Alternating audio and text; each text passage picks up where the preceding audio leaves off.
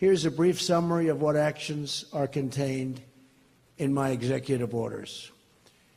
The Secretary of Homeland Security, working with myself and my staff, will begin immediate construction of a border wall. For years, the media has largely ignored the stories of Americans and lawful residents victimized by open borders. To all of those hurting out there, I repeat to you these words. We hear you, we see you, and you will never, ever be ignored again. As I travel the country, I had the chance to get to know mothers who have lost their children to violence spilling over the border. I want to thank the Remembrance Project, such incredible people, for giving these families a voice. They're called angel moms for good reason, because they are a voice to protect all of America's children. Their children have not died in vain, believe me. Pundits talk about how enforcing immigration laws can separate illegal immigrant families. But the families they don't talk about are the families of Americans, forever separated from the people they love. They don't talk about that, ever. As your president, I have no higher duty than to protect the lives of the American people.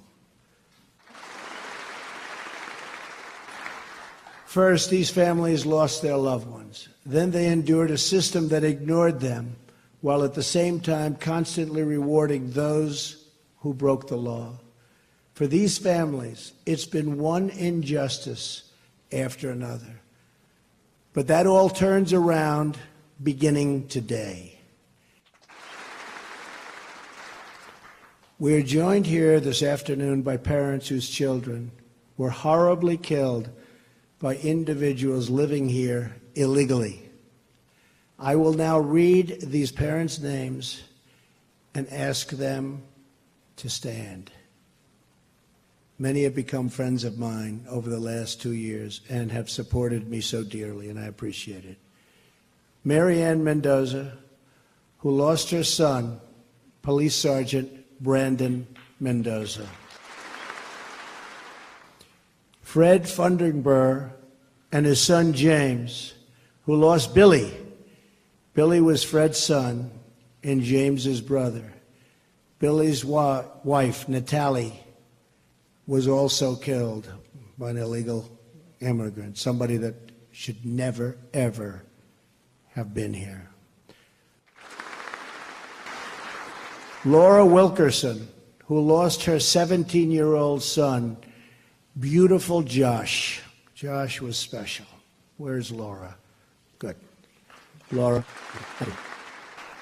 Carrie Ruiz and Lucio Ruiz Jr., who lost their young daughter, Felicia. Thank you.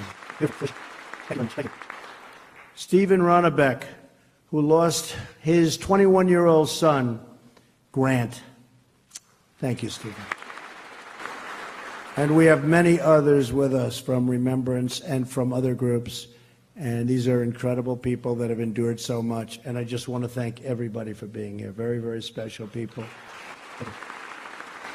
Nothing can ever make their pain go away. But I want you to know your children will not have lost their lives for no reason. They've set this incredible goal for so many.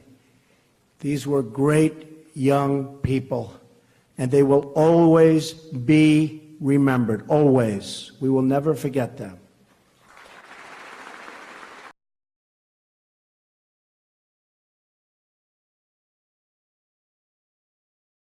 And these are great people that want to do their jobs. You know, it'd be much easier working for Obama or working for crooked Hillary, because frankly, when you're working for Hillary, she wants to let people just pour in. You could have 650 million people pour in, and we do nothing about it. Think of it.